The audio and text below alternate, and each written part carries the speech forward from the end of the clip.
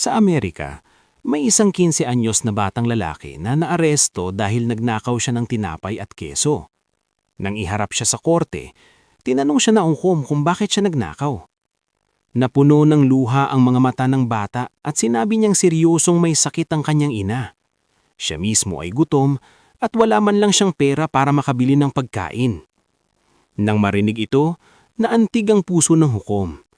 Sa halip na parusahan ng bata, humarap siya sa lahat ng naroon sa korte at sinabi, "Kung ang isang bata sa ating lipunan ay napipilitang magnakaw ng pagkain para lang mabuhay, ang tunay na kriminal ay hindi siya, kundi tayong lahat." Pinagmulta ng hukom ang bawat taong naroon sa korte ng $50 dahil hinayaan nilang umabot sa ganitong sitwasyon ng bata.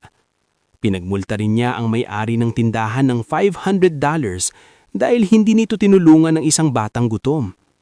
Ang lahat ng nakolektang pera ay ibinigay sa bata at pinayagan siyang umalis nang walang kahit anong parusa. Sa ating bansa, ang batas ay tila para lamang sa mahihirap, samantalang ang makapangyarihan ay malayang nakakagalaw. Dito, kahit ang mga hukom na tumatanggap ng milyon-milyong suhol ay nakaupo pa rin sa korte para magbigay ng hustisya. Paano natin naasahang gagawa sila ng tama? Ngulit ang hukom na ito ay nagbigay ng isang kahangahangang hatol.